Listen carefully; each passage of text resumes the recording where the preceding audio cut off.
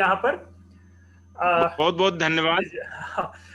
अमीक्षा शुरू की। और मैं विलंब के लिए थोड़ा क्षमा चाहता हूँ। नहीं कोई बात नहीं, विद्यार्थियों को 15 मिनट इंतजार करना पड़ा। मैं इसके लिए हमारी औपचारिकता भी शुरू हो जा रही है, फिर आपका शुरू कीजिए अमीक्षा। कार्यक्रमः प्रारभ्यते अधुना। सर्वेभ्यः सर्वाभ्यश्च मम प्रणतयः। अद्यास्मिन् प्रिये पराह्णे प्रियतमे च दिवसे अहम् अन्वीक्षा सेंट स्टीफन्स महाविद्यालयस्य संस्कृतसाहित्यसभया समायोजितायाम् अन्तर्जालीयायां संगोष्ठ्यां जूम ऐप् इत्यस्योपरि अत्र भवतां सर्वेषां सर्वासां च हार्दिकं स्वागतं व्याहरामि। A very warm good afternoon to all. In this auspicious afternoon, on the behalf of the Sanskrit Sahitya Sabha of St. Stephen's College, I, Kshitij, welcome you all in this webinar. सर्वप्रथमम् अहं प्रथमवर्षीयं छात्रम् अनुशं निवेदयामि यत् सः मङ्गलाचरणं कुर्यात्। या कुन्देन्दुतुषारहारधवला या शुभ्रवस्त्रावृता या वीणावरदण्डमण्डितकरा या श्वेतपद्मासना या ब्रह्माच्युतशङ्कर प्रभृतिभिर्देवैः सदा वन्दिता सा मां पातु सरस्वती भगवती निःशेषजाड्यापहां शुक्लां ब्रह्मविचारसारपरमाम् आद्यां जगद्व्यापिनीं वीणापुस्तकधारिणीमभयदां जाड्यान्धकारापहां हस्ते स्फाटिकमालिकं विदधती पद्मासने संस्थितां वन्दे तां परमेश्वरी भगवती बुद्धिप्रदां शारदां बुद्धिप्रदां शारदाम्। मनोहारिणी हृदयाह्लादकारिणी च सरस्वती वन्दनेयम्। धन्यवादः अनुष। अयि ज्ञानपिपासवः, हर्षस्य विषयोऽयं यद् अद्य संस्कृतसाहित्यसभया प्रशासनिकसेवापरीक्षायां संस्कृतम् इत्यस्य विषयस्योपरि अन्तर्जालीयं व्याख्यानं समायोज्यते। It's an honor for the Sanskrit Sahitya Sabha to organize a webinar on the topic Role of Sanskrit in Civil Services Exam. विषयस्यास्य व्याख्यानाय अद्य अस्माकं मध्ये समुपस्थिताः भारतीय प्रशासनिकाधिकारिणः माननीयाः डॉक्टर ब्रह्मदेव रामतिवारी महोदयाः, महाभागाः असम मेघालय संवर्गस्य ख्रीष्टाब्दस्यास्य षष्ठ बैच इत्येतस्य भारतीय प्रशासनिकाधिकारिणः IAS इति विद्यन्ते। प्रेरणायाः विषयोऽयं यत् महोदयैः सिविल सेवा परीक्षायां संस्कृतमेव वैकल्पिक विषयरूपेण चितम्। असम मेघालय संवर्गे एव एते नैकानि पदानि अलङ्कृतवन्तः। इदानीम् एतैः उत्तर प्रदेश शासनस्य पर्यावरण वन जलवायु परिवर्तन विभागस्य विशेष सचिव पदं समलङ्क्रियन्ते। इतः पूर्वम् एते कानपुर जनपदस्य जिलाधिकारिणः आसन्। वयम् अत्र भवतां महाभागानां संगोष्ठ्याम् अस्यां हार्दं स्वागतं व्याहरामः। नमस्कार, धन्यवाद। To introduce and enlighten us more on this topic, we have Dr. Brahmadev Ram Tiwari an Indian administrative officer. Our honorable guest, Sri Dr. Brahmadev Ram Tiwari, is an IAS officer of the batch of 2006. We are delighted to share that Dr. Tiwari opted Sanskrit as his optional subject in the UPSC exam, which is highly inspirational for all of us. He was an administrative officer of the Assam Meghalaya cadre, where he served in various positions. He is currently serving as the Special Secretary in the Ministry of Environment, Forest and Climate Change in the Uttar Pradesh government. He also has been the district magistrate of the Kanpur district before this. We welcome you, sir, and are honored by your benign presence. Thank you. तथा च परिषद्यस्यां समुपस्थिताः अस्माकं विभागाध्यक्षाः doctor Ashutosh Dayal Mathur महाभागाः, विभागस्य वरिष्ठ प्राचार्याः doctor Chandrabhushan Jha महाभागाः, विभागस्य वरिष्ठ प्राध्यापकाः, अस्याः सभायाश्च परामर्शदातारः doctor Pankaj Kumar Mishra महोदयाः, श्रीमन्तः अभय सिंह महोदयाश्च एतेषां समस्तास्मदाचार्य मूर्धन्यानामपि सुमनसा सुस्वागतं व्याहरामः। काश्चन विशिष्ट Now, I would like to welcome those who forms the very foundation of our department, our mentors. Our head of the department, Dr. Ashutosh Dayal Mathur sir, our senior faculty, Dr. Chandrabhushan Jha sir, our senior faculty and staff advisor of Sanskrit Sahitya Sabha, Dr. Pankaj Kumar Mishra sir and Abhay Singh sir.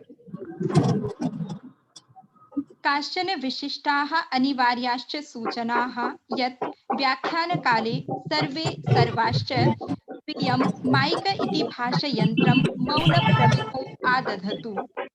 व्याख्यानस्यानन्तरं प्रश्नोत्तरसत्रः भविष्यति, यस्मिन् अधिकारी महाभागैः भवतां सर्वेषां प्रश्नाः समाधास्यन्ते। अतएव भवतां प्रश्नाः chat box मध्ये आमन्त्रिताः। साक्षादपि वा प्रष्टुं शक्नुवन्ति भवन्तः। Some important instructions before we begin our session. I request all the attendees to mute themselves except for the speaker. Questions can be asked only at the end of the session, either in the chat box or by unmuting oneself. साम्प्रतं प्रार्थ्यन्ते माननीयाः doctor Brahmadev Ram Tiwari महाभागाः यत् ते प्रशासनिक सेवा परीक्षायां संस्कृतम् इतीमं विषयं विशदं प्रकाशयेयुः। Now, I would like to request our respected guest to begin his address on the topic. धन्यवाद अन्वेच्छा. Thank you, Mr. Bhunesh.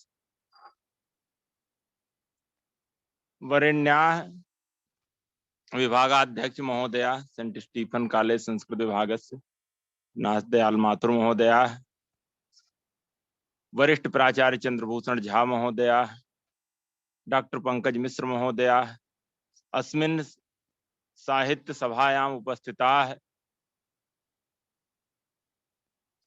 सर्वे संस्कृत मनीषिणाः, सर्वेषां ब्रह्मदेवस्य अभिवादनम्। अस्मिन् वार्तायाम् अहं हिंदी भाषायाः माध्यमेन आंग्लभाषायाः माध्यमेन किंचित संभाषणं करोमि। सर्वप्रथम सिविल सर्विसेज में जो संस्कृत भाषा या संस्कृत विषय को लेकर के एक ऑप्शनल सब्जेक्ट के रूप में परीक्षा सफल करने के लिए, परीक्षा में सफलता प्राप्त करने का जहां तक सवाल है, वह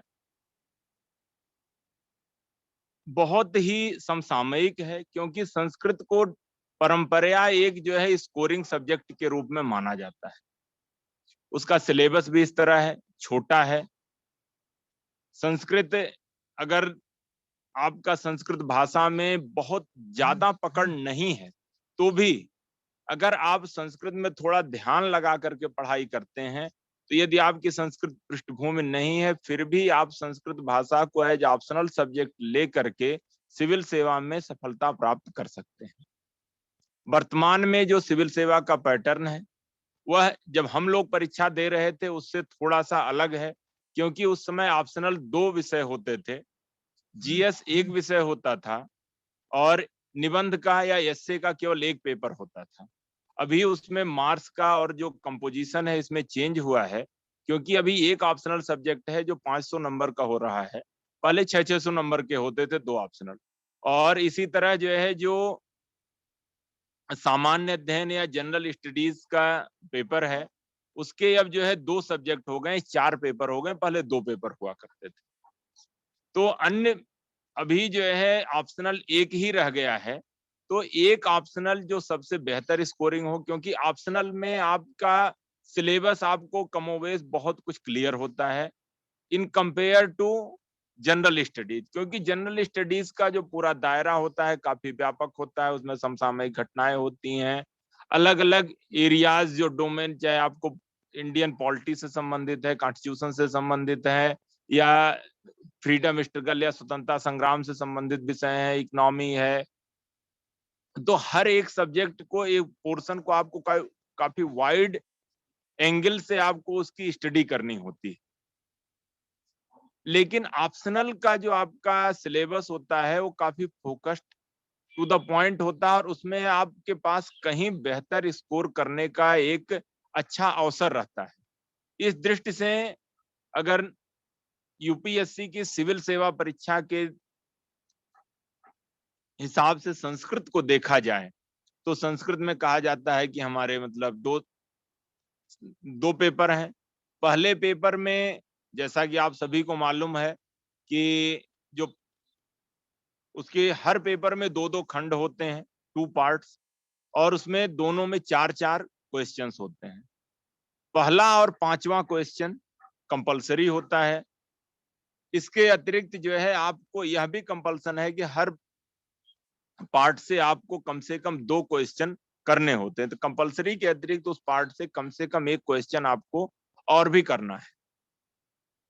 यदि संस्कृत को देखें तो पहला जो है संस्कृत व्याकरण से संबंधित, जिसमें संधि, समास इत्यादि पर जो है वाच्य परिवर्तन, इन विषयों से संबंधित पहला प्रश्न होता है, और इसको आपको संस्कृत भाषा के माध्यम से लिखना होता है। Medium must be Sanskrit only to answer this question. Sanskrit एक अकेली मतलब भाषा के रूप में जो सब्जेक्ट है ऑप्शनल, उसमें संस्कृत कुछ ऐसी भाषाओं में है जिसमें आप जो भाषा में लिखे जाने वाले कंपलसरी आंसर्स हैं, इनको छोड़ करके कुछ दूसरे प्रश्नों के उत्तर आप अपने जो है मीडियम ऑफ इंस्ट्रक्शन, चाहे आप हिंदी ले रहे हो, इंग्लिश ले रहे हो, जिस भी मीडियम में आप अपीयर कर रहे हैं उस माध्यम में आप लिख सकते हैं। तो that is gives another opportunity to express your, to write your answer in proper way in whatever medium you are very comfortable. So इसी तरह जो आपका 5वां प्रश्न होता है वो एस्से से संबंधित होता है। उसमें 5-6 टॉपिक्स होते हैं, और ये टॉपिक कुछ संस्कृत के ट्रेडिशनल टॉपिक से हैं, कुछ समसामयिक टॉपिक होते हैं। और अगर आपके पास एक 25-30 निबंध आपने अच्छे से तैयार कर लिए हैं, तो अराउंड 350 वर्ड्स का एक आपको एस्से लिखना होता है, तो you may answer in proper way and score good marks in the essay. इसके अतिरिक्त पहले पेपर में आपको काव्य शास्त्र से, साहित्य से संबंधित प्रश्न होते हैं, और उनका उत्तर जो है आपको ऑप्शनल लैंग्वेज में लिख सकते हैं। लेकिन कई बार अगर आप मीडियम ऑफ इंस्ट्रक्शन के बजाय यदि संस्कृत में लिखना चाहे तो उसका ऑप्शन आपके लिए खुला होता है। तो वहां पर एक प्रश्न जो है, जो संस्कृत काव्य शास्त्र के 6 स्कूल हैं पोएटिक्स के, उनसे संबंधित जनरली होता है। वह है चाहे रस से है, ध्वनि से है, इन टॉपिक्स पर अगर आपने अपनी अच्छी तैयारी कर ली कि या ध्वनिरात्मक काव्य के बारे में यदि सवाल उठाया गया है, तो आप पहले से तैयारी है तो उसका अच्छा नोट्स आपके पास है, तो एक बेहतर आंसर आप कर सकते हो। इसके साथ ही जो संस्कृत काव्य साहित्य है, साहित्य से संबंधित प्रश्न होते हैं। साहित्य से संबंधित प्रश्न का क्षेत्र व्यापक होता है, उसमें कहीं से भी सवाल उठाए जा सकते हैं। अलग अलग साहित्य की विधाएं हैं, उनसे संबंधित प्रश्न होते हैं, साहित्य के इतिहास से संबंधित प्रश्न होते हैं। इन प्रश्नों का उत्तर, उसके लिए मीडियम ऑफ इंस्ट्रक्शन काफी ओपन है, लेकिन अगर आपने उनकी सही से अच्छे से नोट्स बना करके अच्छी तैयारी की है, राइटिंग प्रैक्टिस किया है, तो ये प्रश्न भी जो है काफी कुछ स्कोरिंग सिद्ध होते हैं। सेकंड पार्ट का जहां तक सवाल है, सेकंड पार्ट में आपको भारतीय दर्शन से संबंधित भी प्रश्न है, एक अनसीन पैसेज का क्वेश्चन होता है, और जो संस्कार, धर्म, आश्रम, वर्ण व्यवस्था इत्यादि से संबंधित जो प्रश्न होते हैं वो भी होते हैं। तो इस तरह इनके 4 खंड हैं, एक भारतीय दर्शन से, एक अनसीन पैसेज है, यस्से है, और इसके साथ ही जो इंडियन कल्चर से रिलेटेड पार्ट है उस पे एक प्रश्न होता है। इनमें आपको इजिली जो इंडियन कल्चर या भारतीय दर्शन का क्वेश्चन होता है, इसका सिलेबस काफी वाइड है, और जो दर्शन के पृष्ठभूमि के हैं, जिन्होंने फिलॉसफी कभी आप पढ़ी है ग्रेजुएशन लेवल पर या कभी, उनके लिए दर्शन के प्रश्नों का उत्तर देना काफी कठिन नहीं होगा। लेकिन जो नॉन फिलॉसफी बैकग्राउंड से हैं या जिन्होंने संस्कृत में भी पीजी वगैरह नहीं किया है, उनके लिए थोड़ा फिलॉसफी के क्वेश्चन एक नए सिरे से होंगे, तो वे उस जो दर्शन से संबंधित प्रश्न है उसकी तैयारी को थोड़ा सा साइड में रख सकते हैं, क्योंकि हमें उत्तर केवल 5 प्रश्नों के लिखने हैं, जिसमें से 2 प्रश्न अनिवार्य हैं, और अनसीन पैसेज जो होता है वो काफी स्कोरिंग और बहुत ही शार्ट होता है। इसके लिए विशेष तैयारी के बजाय आपको केवल प्रैक्टिस करने की जरूरत होती है। तो अमूमन जो भी अभ्यर्थी या कैंडिडेट परीक्षा में अपीयर करते हैं, they normally opt to answer question number 8 in first paper. इसके अतिरिक्त 2 प्रश्न होते हैं, आप दोनों को अगर साहित्य के हिसाब से देख रहे हैं तो पहले खंड से ले सकते हैं और अच्छा स्कोर कर सकते हैं। जहां तक दूसरे प्रश्न पत्र का सवाल है, दूसरे पेपर का सवाल है, उसमें भी कुल मिला के 2 खंड हैं, पहला और 5वां प्रश्न अनिवार्य है, और इसके अतिरिक्त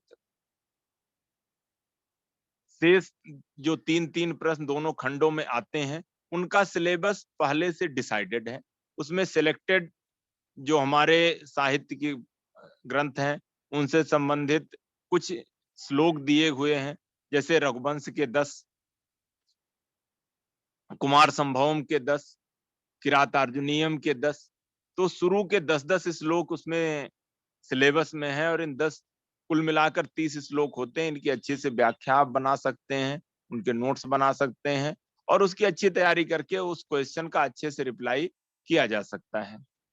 फिर दर्शन से संबंधित कुछ ग्रंथ इत्यादि हैं, जैसे गीता से, ईशोपनिषद इत्यादि से संबंधित प्रश्न हैं, उनके भी सिलेक्टेड मंत्र या श्लोक दिए हुए हैं, उन्हीं पर आपको अपनी तैयारी करनी होती है।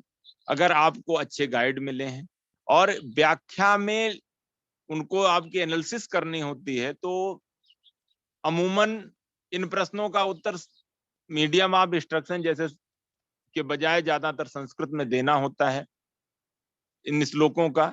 तो संस्कृत में इनकी व्याख्या कैसे लिखी जाए, ये तैयारी थोड़ा सा आप पहले से स्ट्रेटजी के साथ कर लें। व्याख्या शब्द ही विशेष रूप से उस पर आख्या देनी होती है, जो शब्द है उसका स्थान, उसका अर्थ क्या है, उससे किस तरह से अर्थ निकल रहे हैं। उसमें अगर देखा जाए कुछ समास विशेष का है तो समास का आप उल्लेख कर सकते हैं, कुछ विशेष प्रत्यय आ रहे हैं, कुछ साहित्यिक महत्व उसका है, तो उसके संबंध में जो कुछ वैशिष्ट है, स्पेशल जो कुछ भी बात हो सकती हो। मैं उदाहरण के लिए अगर बताऊं कि एक मंत्र है, ईशावास्यमिदं सर्वम।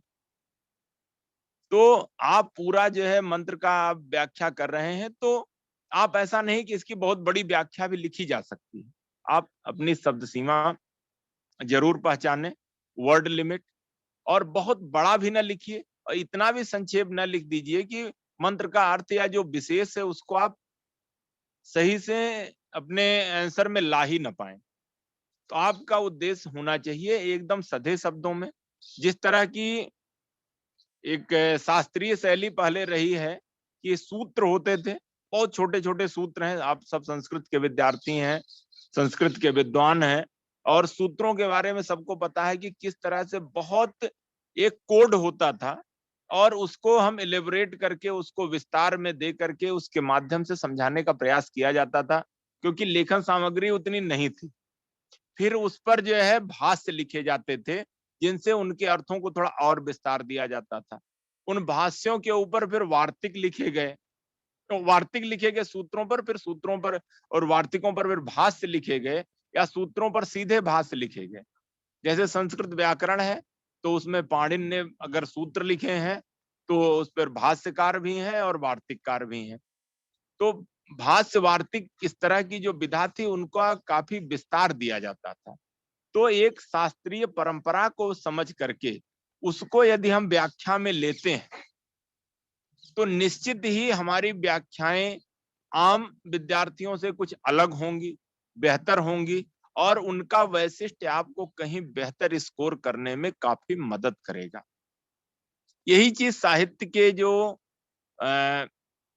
हमारे चुनिंदा पाठ्यक्रम के श्लोक हैं, जो काव्यांश हैं, उन पर भी यही बात सटीक बैठती है कि किस तरह हम उनकी तैयारी अच्छे से पहले से कर लें। क्योंकि अन्य किसी भाषा के यदि आप चाहे हिंदी हो, इंग्लिश हो या कोई और लिटरेचर है, तो उसमें एक कोई पूरी किताबें ही सिलेबस में होती हैं, ना कि या किताब का कोई एक मेजर पोर्शन होता है। लेकिन इतना सिलेक्टेड टॉपिक जितना संस्कृत में दिया गया है, उतना शायद ही कम भाषाओं के सिलेबस में है। संस्कृत के साथ यदि आप पाली देखते हैं, पाली का भी कुछ इसी तरह के पैटर्न का थोड़ा मिलता जुलता सिलेबस है। तो जो प्राच्य भाषाएं रही हैं, ओरिएंटल लैंग्वेजेज हैं, उनमें कुछ एक्स्ट्रा बेनिफिट दिया गया है, और जो हमें समझ में आता है वह यह है कि सिविल में भी इन सब्जेक्ट के में लोग हों, हमारी प्राच्य परंपरा, हमारी विरासत को ज्यादा अच्छे से समझ हो उनके मन में, और प्रशासन के लिए जो एक विविधता होती है, अलग अलग फील्ड से, अलग अलग स्ट्रीम से आने वाले लोग इस तरह प्रशासनिक डोमेन में भी बाद में कहीं अधिक डाइवर्सिटी लाते हैं, जो प्रशासन को जो है कहीं बेहतर और समृद्ध बनाता है। तो इसलिए ऐसा नहीं केवल एक विषय, वरन सभी विषयों के लिए सिविल सर्विसेज में अवसर हैं। और इसमें संस्कृत का यदि आप अवसर देखते हैं तो संस्कृत का अवसर कहीं बेहतर है। इसके लिए आपको यदि संस्कृत का बैकग्राउंड है तो 3-4 महीने, 4 महीने अगर आपने संस्कृत पर थोड़ा टाइम दिया है, अच्छे से टॉपिक वाइज आपने प्रोफेशनल ढंग से पढ़ाई की है, और चूंकि सेंट स्टीफेंस अपने आप में एक माना जाना इंस्टीट्यूट है, यहाँ बहुत कम विद्यार्थी पढ़ने का अवसर पाते हैं, तो जो सेंट स्टीफेंस के विद्यार्थी हैं वो मैं कह सकता हूँ कि they are quite lucky, have this kind of opportunity in their career. लेकिन अगर आप में प्रतिभा है और आप कहीं भी किसी इंस्टीट्यूट से जुड़े हैं, तो सिविल सेवा परीक्षा किसी इंस्टीट्यूट विशेष के लिए लिमिटेड नहीं है। आपकी प्रतिभा और आपने किस तरह से प्रोफेशनल ढंग से, फोकस्ड ढंग से तैयारी की है, पढ़ाई की है, तो आप उससे सेलेक्ट हो सकते हैं। मैं आपको बताना चाहूंगा, हमारे ही बैच में 2-3 ऐसे छात्र थे कि जिन्होंने अपनी पारिवारिक जरूरतों के कारण 12वीं के बाद नहीं पढ़ सके थे। उन्होंने करेस्पॉन्डेंस से ग्रेजुएशन किया, पीजी किया, नौकरी कर रहे थे, और उसके बाद उन्होंने मतलब शादी हो गई, परिवार की जिम्मेदारियां थी, फिर भी जो है उन्होंने अपनी पढ़ाई नहीं छोड़ी, और बाद में उन्होंने सफलतापूर्वक सिविल सर्विस का एग्जाम भी पास किया। तो आपकी लगन, आपकी मेहनत, आपका डेडिकेशन और आपका फोकस्ड अप्रोच, ये चीजें सबसे महत्वपूर्ण है और साथ ही इसके आपने किस तरह से प्रैक्टिस की है। तो सब चीजें मिल करके यदि आप बेहतर मार्गदर्शन में, बेहतर ग्रुप में और बहुत फोकस तरीके से अपनी तैयारी की हो, तो संस्कृत आपकी सफलता के लिए एक बहुत बेहतर सब्जेक्ट और इंस्ट्रूमेंट बन सकता है। आप सभी लोग संस्कृत विषय के साथ सिविल सर्विस दे रहे हैं, आप सभी को हमारी बहुत बहुत शुभकामनाएं।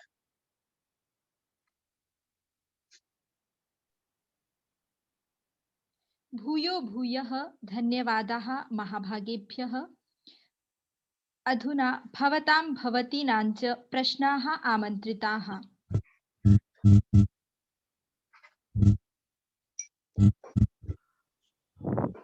नमस्कार सर। सर मैं अपना एक प्रश्न रखना चाहूंगा कि जैसे उत्तर लेखन की जो शैली होती है, वह व्याख्या को, जो व्याख्या हम लिखते हैं किसी भी पद्य की, क्या वह सिंपल होनी चाहिए कि हमने बिल्कुल सिंपल जो उसमें पॉइंट्स हैं उनको लिख दिया है, या उसमें थोड़ा सा वैशिष्ट ज्यादा हो और सिंपल पॉइंट्स को हम सिर्फ हिंट करते हुए आगे बढ़ते चले जाएं? तो इसमें एनालिटिकल पार्ट ज्यादा होना चाहिए या एक्सप्लेनेटरी पार्ट ज्यादा होना चाहिए? इस पर जरा प्रकाश डालें सर। नहीं, बहुत अच्छा सवाल है आपका।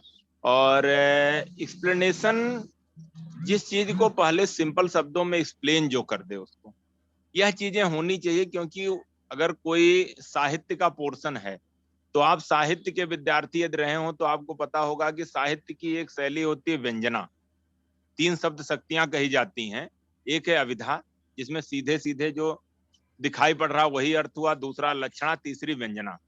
सो साहित्य की शैली व्यंजना की होती है, और व्यंजना का मतलब व्यंग्यार्थ जो होता है उसमें निहित होता है, उसमें समाहित होता है। तो एनालिसिस करने के साथ जो स्पेशल अर्थ उसका है व्यंजना, वो अगर आप उसको टच कर पाते हैं तो कहीं ना कहीं जो आपका एग्जामिनर है वह इस बात से अवश्य प्रभावित होता है कि इसने इन शब्दार्थ के परे जाकर के उस चीज को देखने की कोशिश की है जो जो इन सीधे शब्दों में कहने का उद्देश्य रहा है। तो कहीं ना कहीं व्याख्या उसको बहुत महत्वपूर्ण है कि आप उस वैशिष्ट को जरूर इंगित करें। लेकिन इसका ये मतलब नहीं है कि जो सामान्य उसका अर्थ बताना चाह रहे हो, उसके बारे में जो बताना चाह रहे हैं, उसके साथ उस वैशिष्ट को बताते चलें।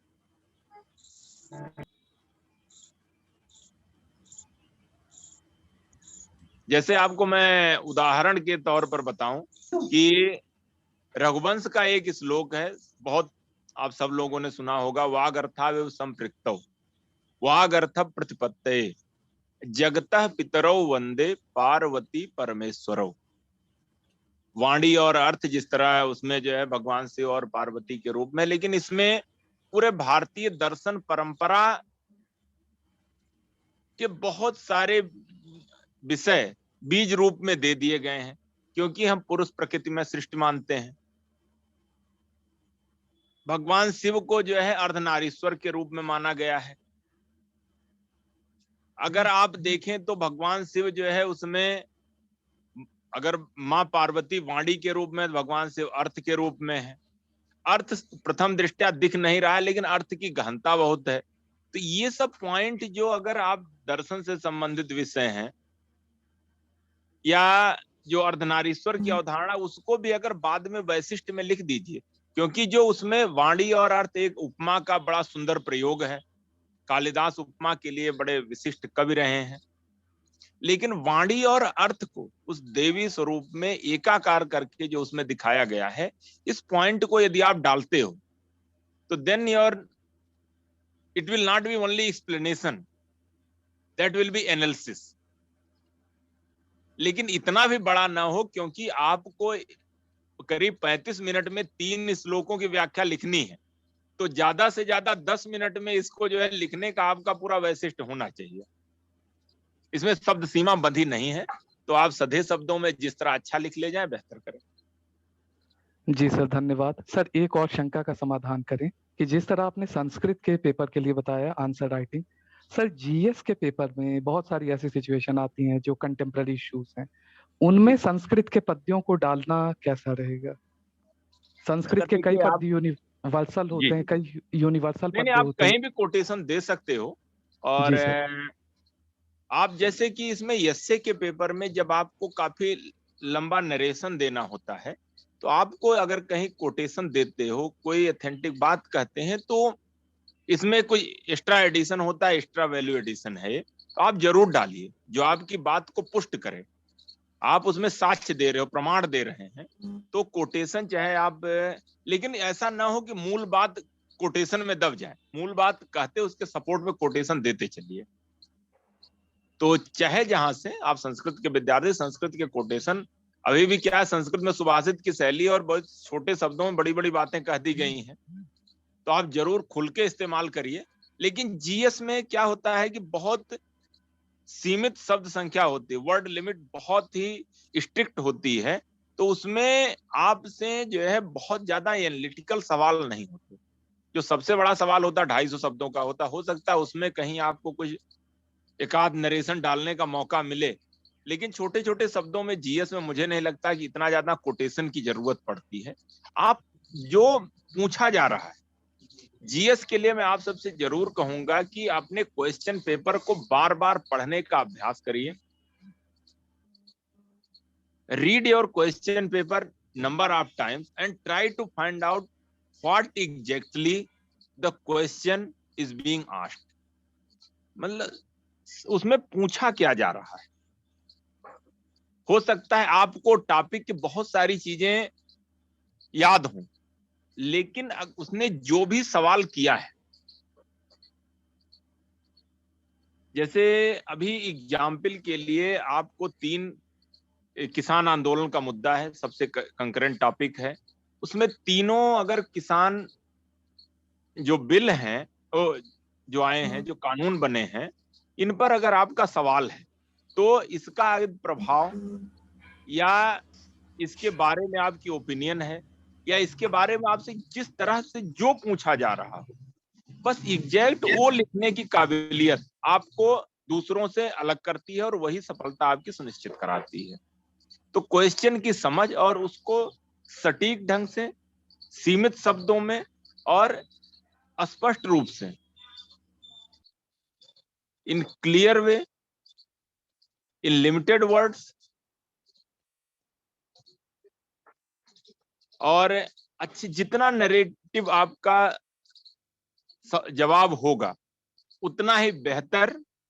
जितना सधे शब्दों में, जितने, अब एक ही शब्द एक ही वाक्य में आप 10 वाक्य के बराबर भी सामग्री भर सकते हैं, और उसको छोटे छोटे वाक्यों में भी बहुत ज्यादा तोड़ तोड़ के उसको लंबा भी बना सकते हैं।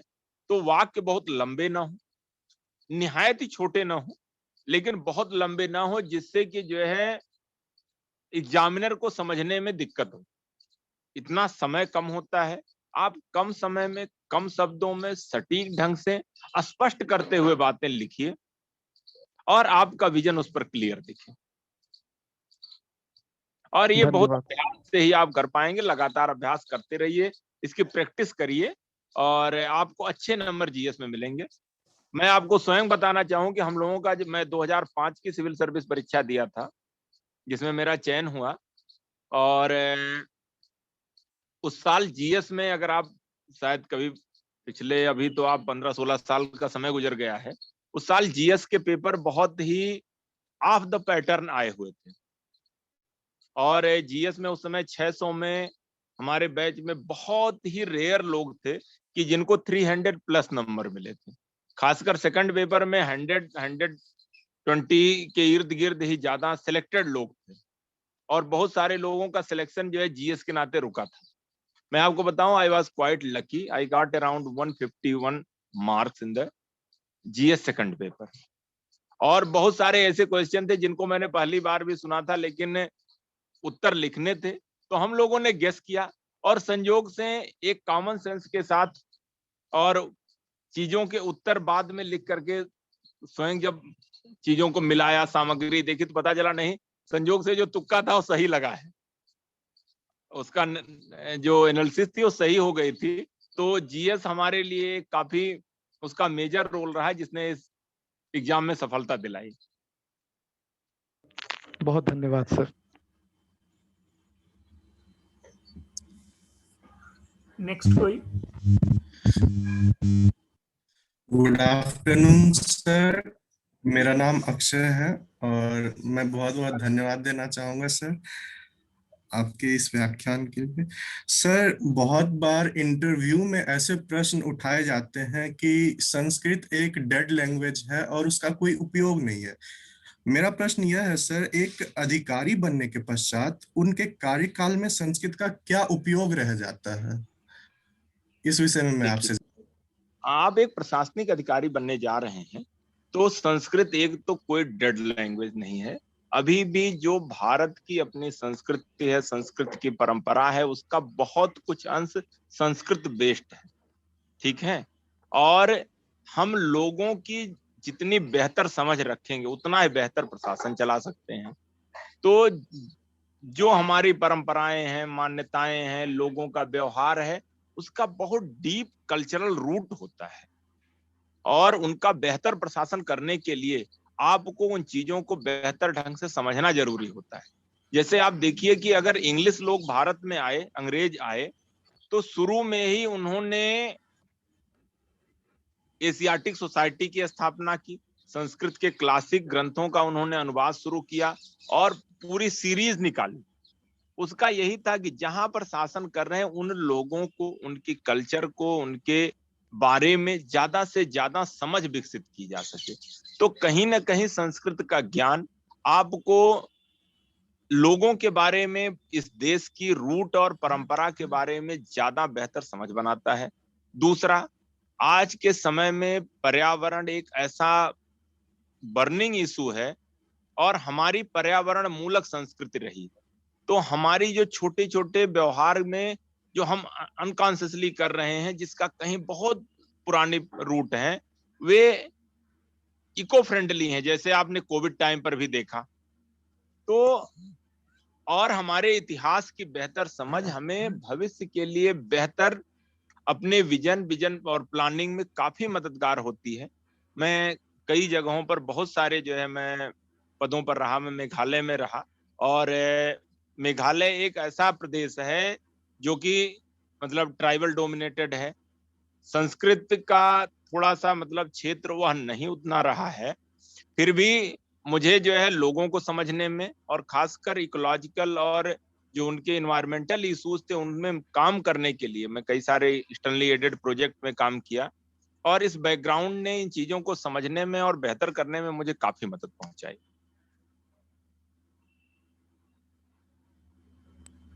Thank you sir. धन्यवाद। Next sir. जी सर शर्मिष्ठा मुझे जी बताएं। जी सर मुझे ये पूछना था कि अगर जैसे हम लोग का ऑप्शनल जो है वो संस्कृत नहीं है, लेकिन जो संस्कृत का ज्ञान वगैरह है वो हमें इस्तेमाल करना है पेपर में जनरली, जैसे ऐसे हो गया या फिर और कोई पेपर हो गया, हिस्ट्री हो गया, जैसे मेरा ऑप्शनल हिस्ट्री है, तो हिस्ट्री अभी एंशिएंट हिस्ट्री के अंदर मुझे अगर उन सब के बारे में लिखना है तो मैं कैसे उसका इस्तेमाल करूं, संस्कृत के ज्ञान और जो पूरा संस्कृति और इन सब चीजों। नहीं, आपका सब्जेक्ट संस्कृत रहा है कभी? नहीं सर, मतलब मैंने बस बहुत बेसिक पता है। अच्छा ठीक है। नहीं देखिए, आप जैसे आप एस्से लिख रहे हो, एस्से में जैसे अभी बात हुई तो कहीं कोटेशन वगैरह संस्कृत के दे सकते हैं, किसी चीज को आप अपना प्रमाण के लिए दे सकती हैं। और खासकर हिस्ट्री में तो स्वतंत्रता संग्राम से संबंधित जो हमारा फ्रीडम स्ट्रगल है उसी से संबंधित एनालिटिकल क्वेश्चन होते हैं।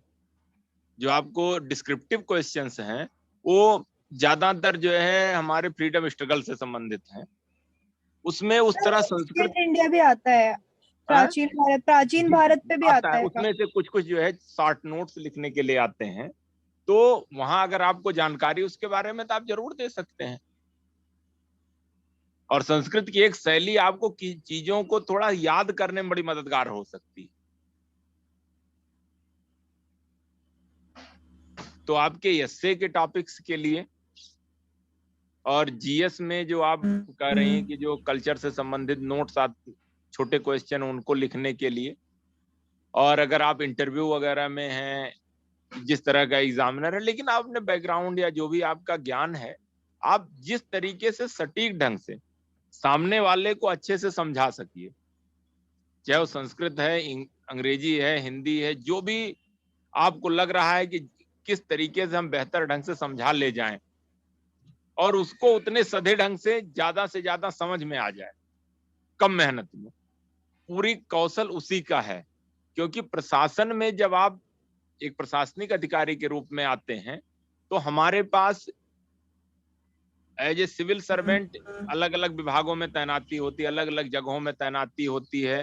अगर आप जिले में जिलाधिकारी हैं तो बहुत सारे विभाग होते हैं, सारे विषयों को बहुत कम समय में बहुत, और उसका जो है जिसको कहते हैं सार अंश, जो उसका निष्कर्ष है उसी को पकड़ना होता है और बहुत क्विक डिसीजन लेने होते हैं।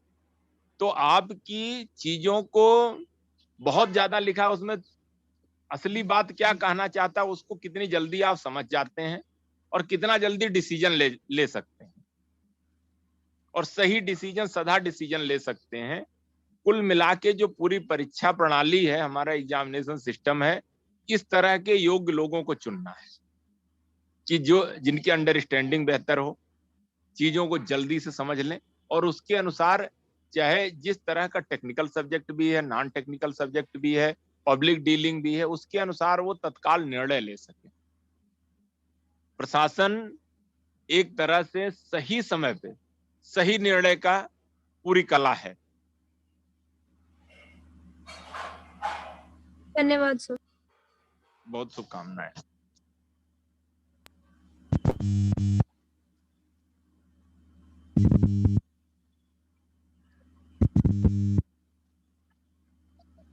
नमस्कार सर, मैं शुभम झा, बीए संस्कृत प्रथम वर्ष से। सर, मैं आपसे अनुरोध करता हूं कि आप अपने कुछ ऐसे अनुभव शेयर करें हमारे साथ जिसमें कि संस्कृत पढ़ने के कारण आपको प्रशासनिक कार्य में कुछ मदद मिली हो। जरूर मिलती है, निश्चित मिलती है। और हम लोग भी देखिए कि अभी आपके गुरुजी से मेरी मुलाकात इसी तरह की संस्कृत के कार्यक्रम में हुई। उत्तर प्रदेश संस्कृत संस्थान संस्कृत वालों के लिए जो है, जो सिविल सर्विसेज में आना चाह रहे हैं, उनके लिए एक कोचिंग भी शुरू किया है और उसी कार्यक्रम में आपसे मुलाकात हुई, जिसके माध्यम से हम आपसे बात कर पा रहे हैं। और संस्कृत निश्चित ही जहां अगर हम जाते हैं तो कहीं ना कहीं आर्ट कल्चर लोगों के बीच में जुड़ने से और लोगों से कनेक्ट स्थापित करने में इसने मुझे बहुत मदद की है। चाहे जहां के लोग रहे हों, चाहे मेघालय के ट्राइबल एरिया के लोग रहे हों, दूसरे राज्यों में जाकर काम करने का मौका रहा हो, या इवन में जो हमारे छोटे मोटे विदेश जाने के भी अनुभव रहे, मुझे लगा कि संस्कृत के बैकग्राउंड ने मुझे काफी मदद की। और एक जरूर है, अगर आपका संस्कृत का बैकग्राउंड है, लोगों के बीच में एक अनायास सा जो है, अगर आप और किसी विषय की तुलना में बताए भाई नहीं संस्कृत के उससे आए हैं, तो आम लोगों में एक बड़ा सा पॉजिटिव सा रिस्पांस जरूर मिलता है। क्योंकि एक प्राच्य भाषा के रूप में संस्कृत का भाषाओं के रूप में सम्मान थोड़ा सा अन्य भाषा से कमतर नहीं है। तो आपके प्रति देखने का कि आप भाई संस्कृत लिए और प्रशासन में आए, इन जनरल अपने आप ही थोड़ा सा जो है एक एज मिल जाती है।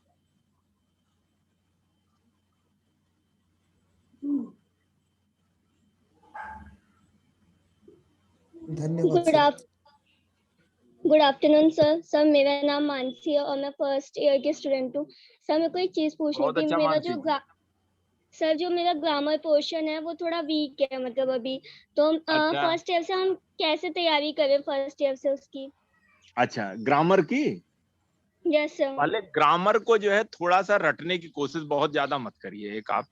आप एक होता क्या है, हम लैंग्वेज को ग्रामर के माध्यम से जब सीखने की कोशिश करते हैं तो ग्रामर थोड़ा कठिन लगने लगता है। संस्कृत में क्या है कि जो है कि रूप याद करने पड़ते हैं शब्दों के, जो वर्ब्स हैं, मतलब क्रियाओं के धातु रूप, शब्द रूप। तो थोड़ा मोड़ा आप उनका, जैसे संस्कृत भारती एक संस्था है, वो काफी शिविर चलाते हैं, बोलने का अभ्यास कराते हैं। तो थोड़ा बोलने के लिए, जैसे देखिए कि उनका ग्रामर के माध्यम से नहीं बोलते हैं, हो सकता है बोलने के साथ ही ग्रामर को अपना जो है इम्प्रूव करते जाते हैं। तो आपको देखिए, आपको ग्रामर की अगर मैं ट्रिक बताऊं, थोड़ा सा समय यहाँ कम है, कि कोई भी देखिए, आप पहले बोलना शुरू करते हो तो अक्षरों से शुरू करते हैं, अक्षर के स्थान प्रयत्न इत्यादि हैं, फिर अक्षरों से बनते हैं शब्द, शब्दों को कैसे जोड़ते हैं। अपना थोड़ा खुले दिमाग से सोचना शुरू करिए। जैसे आपका नाम है मानसी, तो आपका नाम ई लास्ट में आ रहा है। देखिए कोई भी उसको अगर रोचक ढंग से समझने का प्रयास किया जाए तो उसमें कुछ उपसर्ग लगते हैं, कुछ धातु हैं, कुछ मतलब धातु हैं, उनमें कुछ उपसर्ग और प्रत्यय जुड़ते जाते हैं, तो उसी से सारे शब्द बने हैं। तो व्याकरण है क्या? ग्रामर या व्याकरण जो है एक तरीके से वाक्य और शब्द, इनका विश्लेषण है, ये बनते कैसे। ठीक है, तो आप कभी जो है आप इस विषय पर, चूंकि थोड़ा सा मुझे 5-10 मिनट का टाइम चाहिए बताने के लिए कि कोई भी शब्द जैसे धातुओं से बना, उसमें कुछ उपसर्ग प्रत्यय जुड़े और अलग अलग रूपों में कैसे कि जो है कर्ता, कर्म, करण, संप्रदान, अपादान जो हमारे कारक होते हैं, और इनका शाब्दिक अर्थ आप समझ लें। क्रिया क्या होती है? जो हम कुछ भी करते हैं, और बिना कुछ किए हम कभी जीवित भी नहीं रह सकते, क्योंकि जीवित रहना भी एक क्रिया है, सांस ले रहे होते हैं। तो क्रिया कुछ वर्ड हैं, उनसे जुड़ी हुई कई सारी क्रियाएं हैं, और कुछ शब्द हैं। तो क्रिया मतलब जो आप जैसे इंग्लिश में भी नाउन, प्रोनाउन, वर्ब, एडवर्ब जो आप पढ़ते हो, तो ग्रामर को बड़े सहज रूप में यही देखिए। और कर्म क्या किया जा रहा है, और कर्ता जो करने वाला होता है, कारक जिसके माध्यम से कराया जा रहा है। तो आप उस रूप में सोचिए कि किस पोजीशन में, किस सिचुएशन में किसको द्वारा और कौन सी क्रिया की जा रही है और क्या कार्य हो रहा है। कुल मिला के व्याकरण में यही चीजें हैं।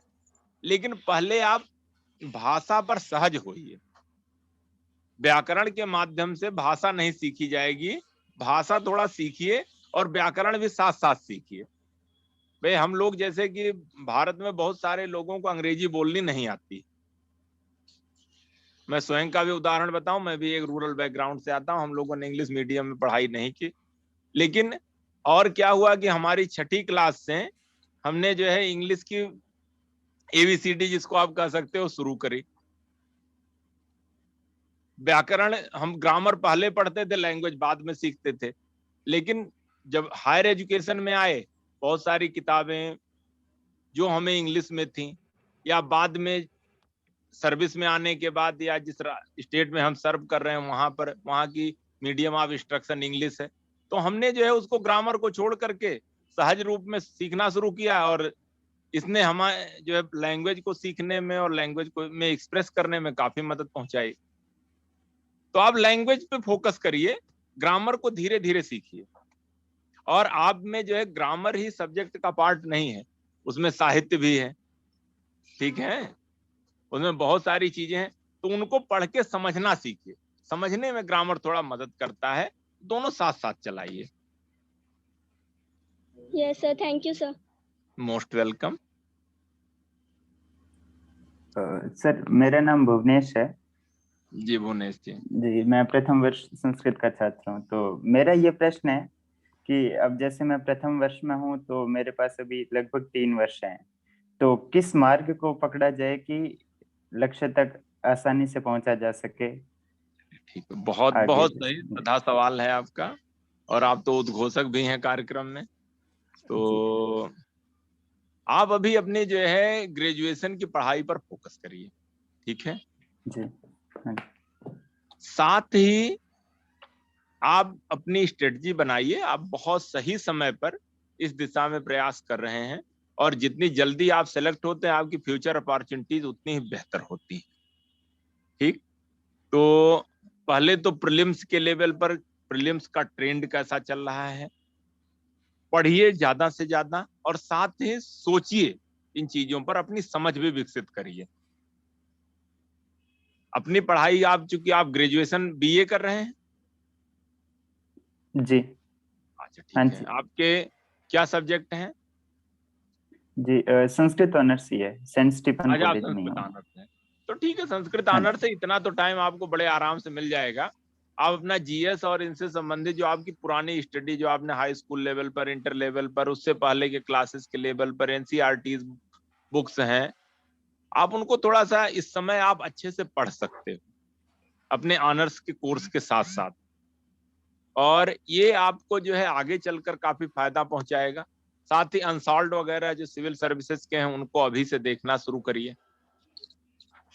आप जो पढ़े हो देखिए कि उनमें से कितनों के उत्तर आ रहे हैं, कहाँ से अपनी पुरानी पढ़ाई में आपने किन किन चीजों को पढ़ा है, कौन कौन से टॉपिक्स पढ़े हैं, और जो आपके रोजमर्रा के जीवन में जो आप अखबार देख रहे हो, जो घटनाएं हो रही हैं, कंकरेंट टॉपिक्स हो रहे हैं, इश्यूज आ रहे हैं, उनको आप जानने की कोशिश करिए कि ये इशू एग्जैक्ट है क्या,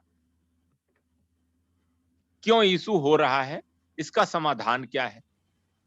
या गवर्नमेंट जैसे बजट है, बजट के बारे में, या अभी किसान आंदोलन जैसे आप फॉर एग्जाम्पल ले लीजिए, या आए दिन जो नए कार्यक्रम चलाए जा रहे हैं, तो उन सब के बारे में थोड़ी अपनी समझ विकसित करिए।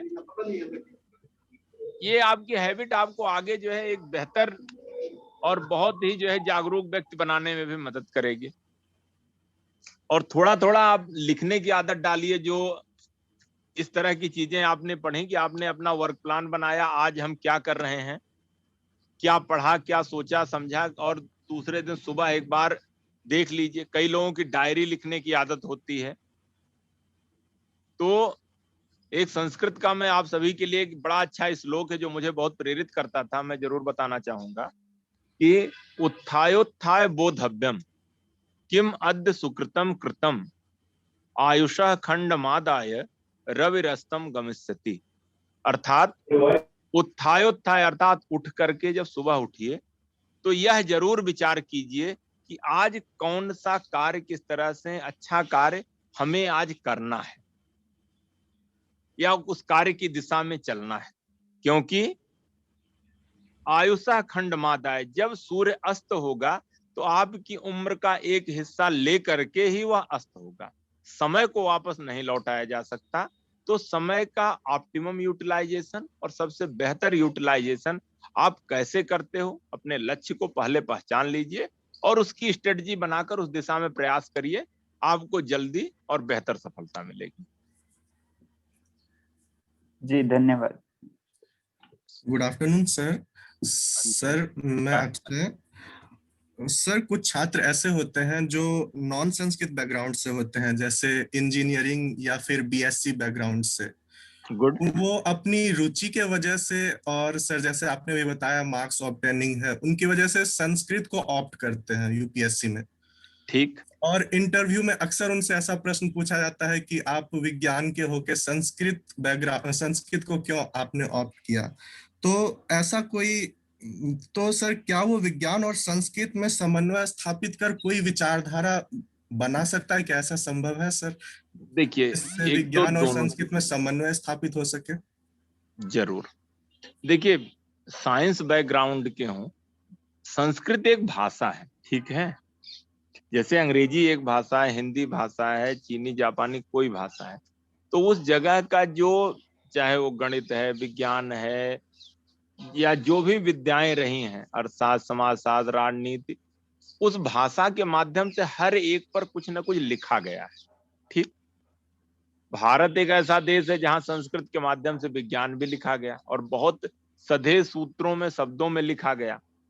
तो ऐसा नहीं है कि भाई आपके चाहे वैदिक गणित हो, वैदिक गणित के माध्यम से, और संस्कृत कहीं ना कहीं एक सुसंस्कृत भाषा है, बड़ी वैज्ञानिक भाषा है, ठीक है। तो संस्कृत का जो स्ट्रक्चर है व्याकरण निष्ठ है, फ्रेम में है, और बहुत ही वैज्ञानिक ढंग से है। एक नजरिया आपको वैज्ञानिक नजरिया बनाने में, और वैज्ञानिक नजरिया क्या होता है, आप चीजों को एज इट इज विश्वास नहीं करते, क्वेश्चन से शुरू करते हो। क्या, क्यों, कैसे, व्हाट, व्हाई एंड हाउ, ये तीन क्वेश्चन ही साइंटिफिक अप्रोच का मूल बिंदु है। ठीक।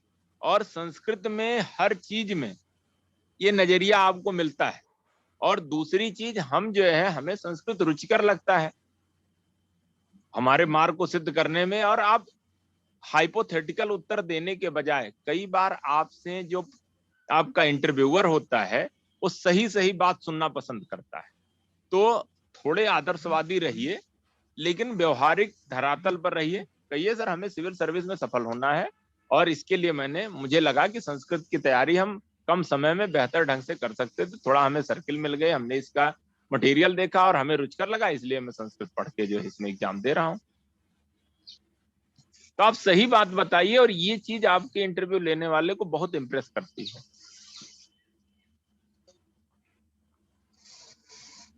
Okay sir, thank you sir. मैं समझता हूँ कि अगर एक या दो और क्वेश्चन ले लीजिए, क्योंकि सर बिजी हैं और काम पे भी इनको काफी अभी भी किसी तरह समय निकाल के आए हैं। एक या दो और कोई क्वेश्चन हो तो लीजिए, नहीं तो उसके बाद हम लोग अवसान की ओर बढ़ें। एक जीएन शास्त्री जी का प्रश्न है चैट बॉक्स में। ये मेरे ख्याल से इनका नाम है गोलू नारायण शास्त्री जी। ये मध्य प्रदेश से हैं और इनका प्रश्न है, सर जी भाषा में सुसंबद्धता, रोचकता, आकर्षकता, तारतम्यता, लयबद्धता कैसे ला सकते हैं? मैं समझता हूं इनके पास तो प्रश्न ही अब नहीं रह गया, क्योंकि खुद ही इन्होंने ऐसा प्रश्न कर लिया है। तो उन्होंने बड़े लयात्मक ढंग से, बड़े तारतम्य के साथ जो शब्दों का समन्वय किया है, तो इनको मुझे लगता है कि भाषा पर इनका अच्छी पकड़ है। जी जी जी। और देखिए ये तो अनभ्यासे विषम विद्या है ना, और विद्या अभ्यास वर्तिनी। तो आप इन चीजों को तो आप धीरे धीरे कोशिश करके, और देखिए कुछ लोग जो बातों के धनी होते हैं तो बातों में बात, जैसे कि कबीर ने भी कोई बात करी, रहीम ने करी, दो लाइन में कोई बात कह दी, तो कम शब्दों में कैसे अपनी सही बात और सटीक ढंग से कह ले जाइए। भाई ये तो हर एक की अपनी विशिष्टता और शैली होती है। तो आप मैं शास्त्री जी से अनुरोध है कि कभी हम लोग दूरभाष पर अलग से वार्ता करें इस विषय पर, ये ज्यादा अच्छा होगा। आप हमारा शास्त्री जी का नंबर शेयर कर दें। मैं स्वयं इनका प्रश्न बड़ा अच्छा लगा और मैं वार्ता करना चाहूंगा। मैं इनको भेज दूंगा नंबर। जी जी जी, बहुत धन्यवाद।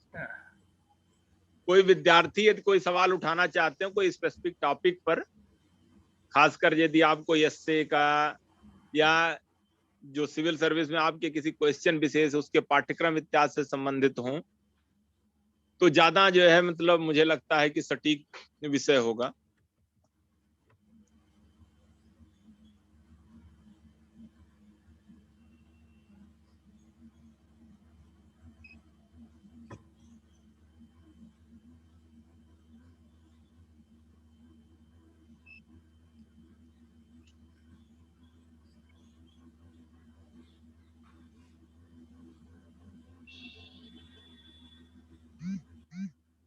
मैं समझता हूं प्रश्न नहीं है। अन्वीक्षा, हम लोग समाप्ति की ओर बढ़ें।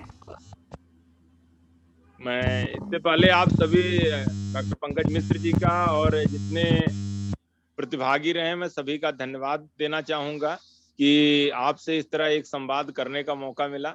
मुझे भी चीजों को नए सिरे से सोचने का और जो नई ऊर्जा आ रही है इस क्षेत्र में उनसे संवाद करने का जो मौका मिला है, इसके लिए मैं आप सबका बहुत बहुत आभारी हूँ। और आप सभी से भी अनुरोध है, किसी विषय पर, संस्कृत से संबंधित किसी विषय पर या सिविल सेवा तैयारी से संबंधित किसी इशू पर अगर आप हमसे कभी भी कोई बात करना चाहते हो, आप चाहे हमारे नंबर आप स्क्रीन पर शेयर कर सकते हैं और किसी का भी किसी भी समय स्वागत है। व्हाट्सएप का भी यही हमारा नंबर है। और मुझे लगता है कि संस्कृत से जितने ज्यादा लोग सफल हों, ज्यादा से ज्यादा लोग प्रशासन और अन्य क्षेत्रों में आगे बढ़ें। एक संस्कृत बैकग्राउंड का होने के नाते, क्योंकि मेरा एमए भी संस्कृत से था, मैं पीएचडी भी किया हूँ, तो निश्चित ही बहुत ही खुशी होती है। और जय संस्कृतम, जय भारतम। धन्यवाद। धन्यवादाः महाभागेभ्यः। अस्तु अग्रे सरामः। प्रश्नोत्तरस्यानन्तरम् अहम् अस्माकं विभागस्य वरिष्ठ प्राध्यापकान् भूषण झा महोदयान् कार्यक्रमस्यास्य समीक्षायै प्रार्थये।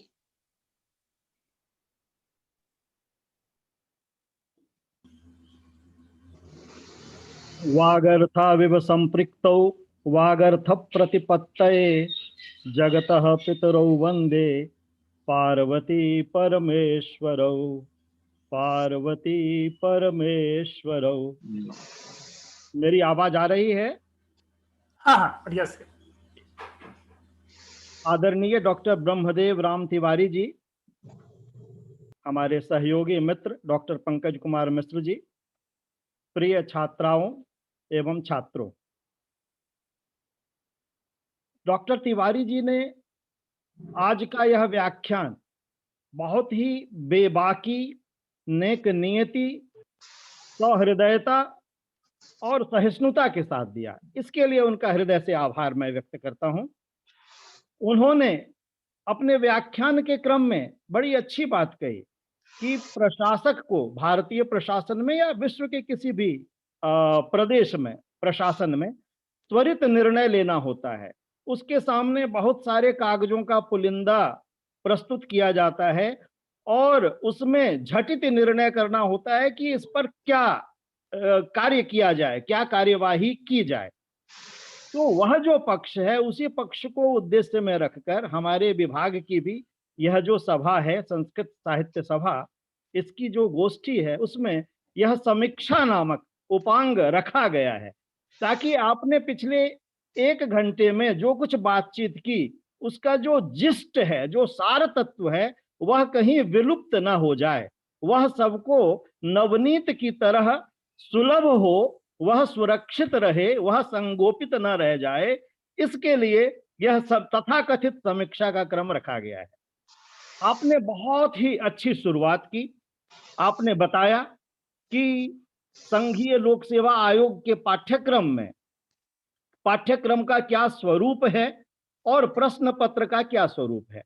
आपने विस्तार से चर्चा की। आपने बताया कि कुछ ऐसे अंश हैं जो अपेक्षाकृत बड़े सरल होते हैं और कुछ ऐसे अंश हैं, कुछ ऐसे स्थल हैं जहां पर जो व्यक्ति संस्कृतेतर पृष्ठभूमि से आ रहा है या संस्कृत का अध्येता है, परंतु भारतीय दर्शन का वह विशेष अध्येता नहीं रहा है, उसकी विशेष रुचि नहीं है, तो ऐसे व्यक्ति को किस प्रकार उस क्षेत्र को, उस अंश को टैकल करना चाहिए, क्योंकि भारतीय दर्शन का एक व्यापक परिक्षेत्र है।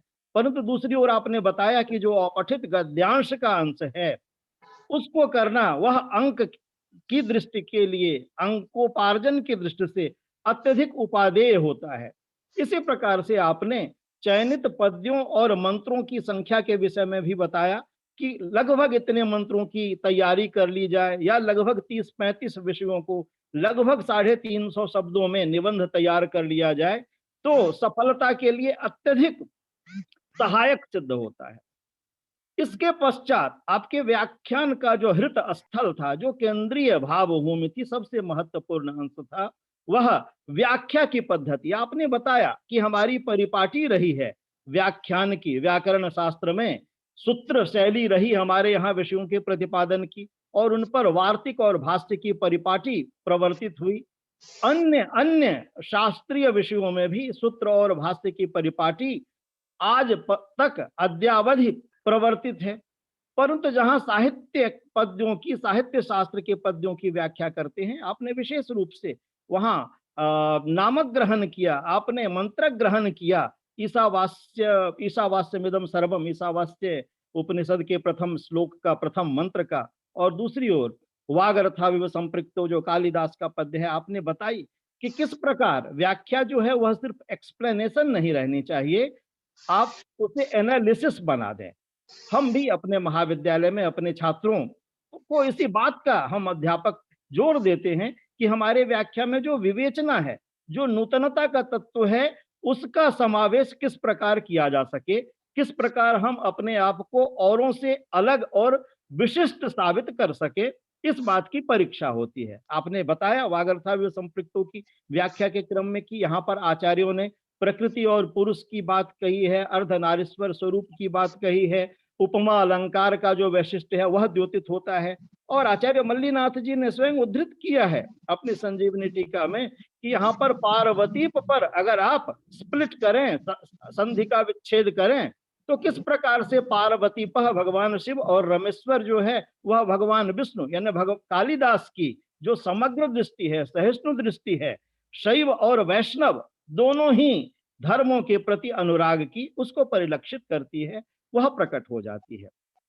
आपने इसके पश्चात बहुत ही अच्छी बात बताई कि जब व्यक्ति प्रशासन में आता है, चाहे वह संस्कृत का अध्येता हो या संस्कृतेतर क्षेत्र से आया हो, उससे जो अपेक्षा की जाती है वह है त्वरित निर्णय की, समुचित निर्णय की, इंस्टेंट डिसीजन लेना चाहिए, जुडिशियस डिसीजन लेना चाहिए और संक्षेपण की, उसे फोकस्ड होना चाहिए, टू द पॉइंट बात करे, जिसके लिए कि प्रेसिस राइटिंग हम करते हैं, लंबे लंबे निबंधों का जो संक्षेपण किया जाता है।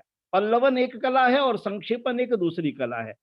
प्रायः साहित्य शास्त्र में अध्यापन के क्षेत्र में जो व्यक्ति होते हैं उन्हें पल्लवन की कला की बड़ी आवश्यकता होती है, लेकिन एक प्रशासक को संक्षेपण की बड़ी आवश्यकता होती है। आपने बहुत ही अच्छी बात बताई कि संस्कृत मृत भाषा नहीं है, ऐसा आपका दृढ़ीयान विश्वास है, क्योंकि भाषा का प्रयोग भले ही कम लोग या अधिक लोग करते हों, लेकिन संस्कृत भाषा में अनुस्यूत मूल्यों की जो सांस्कृतिक जड़ें हैं वे बड़ी सुदृढ़ हैं भारतीय परंपरा में, और प्रशासन के लिए इन सांस्कृतिक जड़ों की समुचित समझ परम आवश्यक है। इससे प्रशासन में बड़ी सहायता मिलती है। आपने स्वयं के अनुभव बताए कि मेघालय और असम जैसे प्रदेशों में जब आपको प्रशासन का अवसर मिला तो संस्कृत साहित्य के अध्ययन के कारण आपको कई समस्याओं की सहज उपाय प्राप्ति में वहां सहूलियत मिली। और जो अन्य बात आपने बताई, जो हम सभी जानते हैं कि संस्कृत भाषा के प्रति भारत की सार्वजनिक जनता का, आम जनता का, सामान्य जनता का एक बड़ा ही आदर भाव है। जो आपने अपना व्यक्तिगत अनुभव सुनाया कि हमें जब कभी भी पता चला, जिस किसी को पता चला कि संस्कृत विषय लेकर हमने प्रशासनिक परीक्षा उत्तीर्ण किया है, तो उनके हृदय में हमारे प्रति मान सम्मान का भाव अधिक प्रवृद्ध हो गया। स्वाभाविक है, हम भी कई भारतीय प्रशासनिक सेवा के अधिकारियों का व्याख्यान सुनते हैं, लेकिन आपके प्रति और आप जैसे उन कुछ एक अन्य संस्कृत निष्ठ व्यक्तियों के प्रति, आदरणीयों के प्रति हमारे हृदय में अतुलनीय सम्मान और स्नेह बढ़ता है, जिन्होंने संस्कृत विषय को लेकर इस परीक्षा को उत्तीर्ण किया और संस्कृत की सेवा का जो कोई भी अवसर मिलता है निर्व्याज वहां अपने आप को वह उपस्थित करते हैं। आपने परीक्षा की जो आवश्यकताएं बताई, वहां पर बताया कि व्यक्ति को फोकस्ड रहना चाहिए, शब्द सीमा का ध्यान रखना चाहिए। जो आपसे कई एक प्रश्न पूछे गए कि क्या हम सामान्य अध्ययन के प्रश्नों में संस्कृत की जो हमारी अध्ययन की पृष्ठभूमि है उससे सूक्तियों का उद्धरण देते हुए अपने उत्तर को अधिक गरिमामय बना सकते हैं, या जो हमारा इतिहास आदि विषय है उन विषयों में हम अपने संस्कृत अध्ययन की सूक्तियों और सुभाषितों का हम समुचित लाभ ले सकते हैं। तो आपने बहुत ही विनम्रता पूर्वक बताया कि हाँ, हम ऐसा कर सकते हैं, परंतु व्यावहारिक दृष्टि से इसकी अधिक संभावना नहीं होती, इसकी अधिक गुंजाइश नहीं होती, क्योंकि वहां पर शब्द सीमा होती है और मितम च सारम च वचो ही वाग्मिता। जो बात है कि गागर में सागर भर देने की कला है भारतीय प्रशासनिक सेवा में उत्तीर्ण होना, यह आपके वक्तव्य का मुख्य ध्येय रहा। और भी कई एक बातें हैं जो आपने कही, कुछ बातें आपने अभिधा में कही और कुछ बातें आपने लक्षणा व्यंजना शब्द शक्तियों की गिनती कराते हुए लक्षणा व्यंजना में भी कर दी। आपने यह बात कही कि संस्कृत का पाठ्यक्रम भारतीय प्रशासनिक सेवा के लिए इसलिए उपयोगी है क्योंकि यह पाठ्यक्रम छोटा है, आकार की दृष्टि से, आकृति की दृष्टि से छोटा है, और लगभग 4 महीने की तैयारी में, 4 महीने के समय में इसका समुचित अभ्यास कर लिया जा सकता है। परंतु आपने अपने व्याख्यान में बाद में इस बात को भी जोड़ दिया कि पाली भाषा और साहित्य का भी पाठ्यक्रम लगभग ऐसा ही है, और फिर अंतोगत्वा आपने जो यथार्थ है उसे अभिव्यक्त कर ही दिया कि यह जो परीक्षा है, यह परीक्षा प्रशासन के स्वरूप के वैविध्य के लिए है, विविध प्रकार के दायित्वों के निर्वहन के लिए यहाँ पर लोगों की नियुक्ति की जाती है।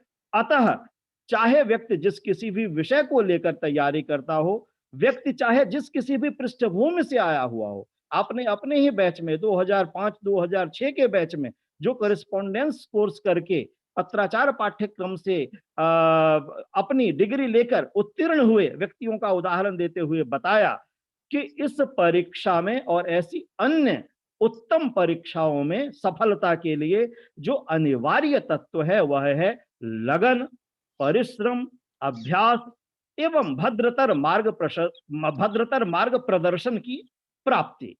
तो इस प्रकार आपके इस व्याख्यान से हमारे छात्र, हमारी छात्राएं बहुत ही प्रेरित हुए और एक अध्यापक के रूप में, एक संस्कृतानुरागी के रूप में मैं, पंकज जी, हमारे बीच इस समय अनुपस्थित डॉक्टर आशुतोष दयाल माथुर जी और हमारा समग्र महाविद्यालय परिवार आपका कृतज्ञ है। आपके व्यक्तित्व की सहजता से आपने जिस प्रकार स्क्रीन पर अपना व्हाट्सएप नंबर सबके साथ शेयर किया, सभी छात्राओं के लिए, सभी छात्रों के लिए, उनको जो आपने खुला निमंत्रण दिया कि विषय की तैयारी के लिए जो कुछ भी आपको मुझसे परामर्श चाहिए, जो कुछ भी सुझाव चाहिए, उसके लिए मैं आपके सम्मुख सदैव तत्पर हूं।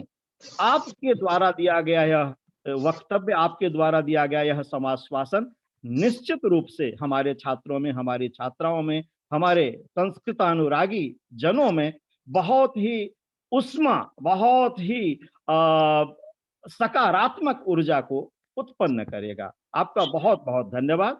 मैं अपनी वाणी को यहीं पर विराम देता हूं। बहुत धन्यवाद। धन्यवादाः महोदयेभ्यः।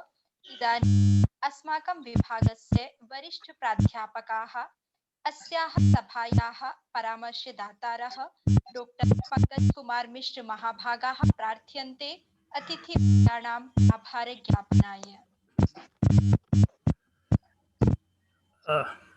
बहुत दिनों से यह प्रतीक्षा थी कि हम अपने विभाग की ओर से संस्कृत और प्रशासनिक सेवा के ऊपर एक परिचर्चा करें।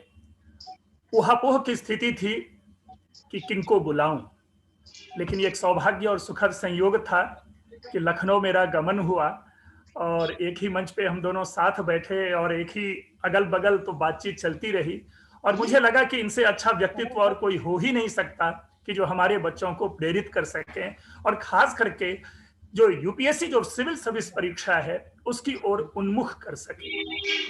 मैं इनका बहुत बहुत आभार हूं। केवल एक कथन मात्र पे इन्होंने हाँ भर दी थी और फिर आकर के हमने आप लोगों से शेयर किया और इमीडिएटली जैसे हुआ मैंने डॉक्टर तिवारी जी से बात की और यहाँ आए, उपस्थित हुए और अपने सुंदर वचन से, जैसा कि चंद्रभूषण जी ने बड़े स्पष्ट शब्दों में इनके कथन की जो व्यापकता है आपके सामने प्रस्तुत किया और जिस ढंग से इन्होंने प्रस्तुत किया, हम लोग सभी आभार प्रकट करते हैं। मैं तो अपनी व्यक्तिगत अधमर्णता प्रकट करता हूं तिवारी जी के लिए कि मैं आगे भी आपसे इस तरह की सहायता लेता रहूंगा और अपने बच्चों के लिए यथासंभव आपके माध्यम से वह प्रेरणा जो है वो संप्रेषित करता रहूंगा, ताकि आपकी प्रेरणा से अगर 2-4 और बच्चे बन जाते हैं तो मैं समझता हूं कि इस कार्यक्रम का यही अवदान होगा।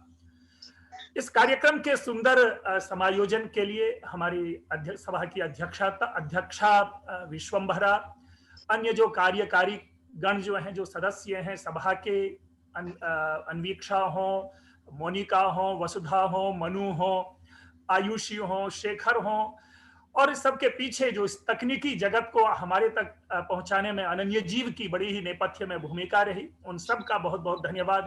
लेकिन हम तो सभी जानते हैं कि श्रोतारः अपि दुर्लभः भवन्ति, तो जो हमारे श्रोता जो कि अत्यंत ये दुर्लभ श्रोतागण यहाँ श्रोतृगण उपस्थित हुए, उन सब के प्रति बहुत बहुत धन्यवाद है।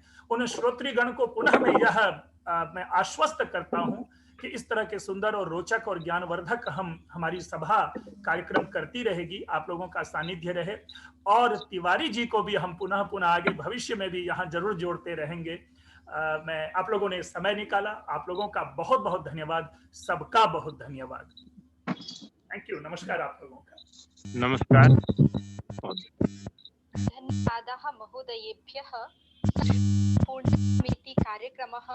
धन्यवादाः सर्वेभ्यः सर्वाभ्यश्च नमो नमः। अब आप सभी जा सकते हैं। सभी को